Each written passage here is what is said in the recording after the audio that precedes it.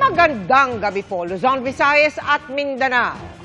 Wala nang uwian ang libu-libong nasa Quirino Grandstand sa Maynila sa mga oras na ito para sa pagpupugay o pahalik. Doon na nila hihintayin ang traslasyon ng imahe ng Poong Jesus Nazareno papunta sa simbahan ng Quiapo bukas. Kabilang sa mga dumagsa sa pagpupugay, ang ilang pong senior citizen at may karamdaman na tiniis ang ilang oras na init at siksikan sa pila. Mula rin dito sa Quirino Grandstand sa Maynila, nakatutok live si Oscar Oida. Oscar. Yes, Emil, balak nga ng ilang mga namamanata dito, wala nang uwian, pamorningan na hanggang sa traslasyon.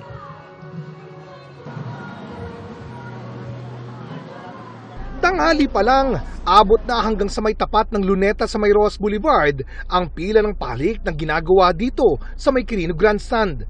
Sa tansya ng mga pulis, nasa mahigit 1 kilometro na ang haba ng pila, lalo't di naman ito basta diretso lang, kundi pinagmistulang bituka para di masyado lumayo. Sa pagtatanong namin, tumatagal lang 3 hanggang 4 na oras ang pagpila. Isa na sa mga napasabak dito ang pamilya Damasco na nasa 2 oras din daw bago nakarating sa Poon. Partida, sa courtesy lane na sila pinapila pagkat mayroon silang karamdaman. Ang 26 anyos nilang anak na si Mary Rose may cerebral palsy at iniindang respiratory tract infection. Habang ang 68 anyos niyang ama naman na si Mang Ulysses may sakit sa puso at diabetes at bunsod ng komplikasyon ay hirap na ring makalakad. Nais po talaga naming makalapit sa kay Jesus Nazareno. Hindi man namin ikinahihiya, talagang kinuha namin si Jesus Nazareno upang mapagaling po kami. Pagalingin po kami at mahalin kami makatulong pa ulit. Taon-taon na raw nilang ginagawa ito bilang panata, umaasa na balang araw ay gagaling din sila. Kung may mga pagsubok man, darating sa buhay natin, katulad sa amin, may mga pagsubok, pero nilalabanan pa rin namin. So huwag kayong mawalang pag-asa dahil andyan si Heavenly Father, si Jesus Christ na handang tumulong sa atin. Siguro binibigyan lang niya tayo ng mga ganitong pagsubok para maalala natin siya.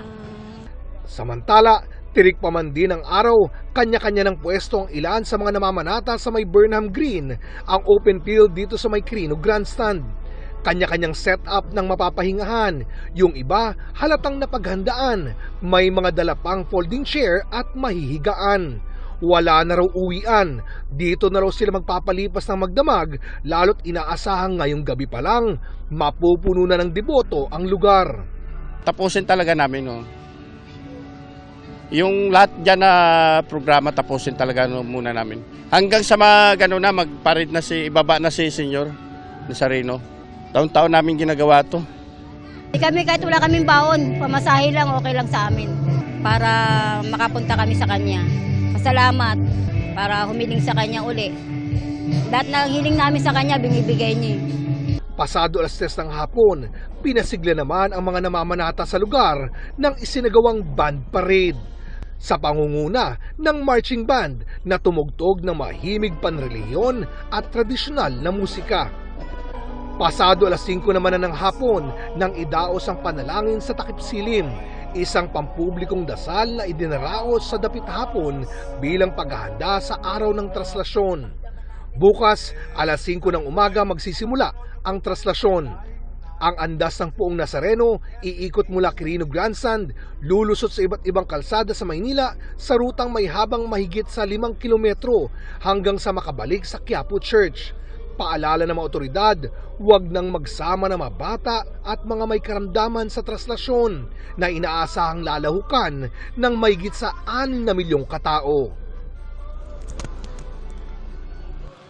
Sa mga sandaling ito ay umabot na sa mahigit 29,000 na namamanata ang nagpunta dito sa Quirino Grandstand para sa pahalik ng Poong Jesus Nazareno.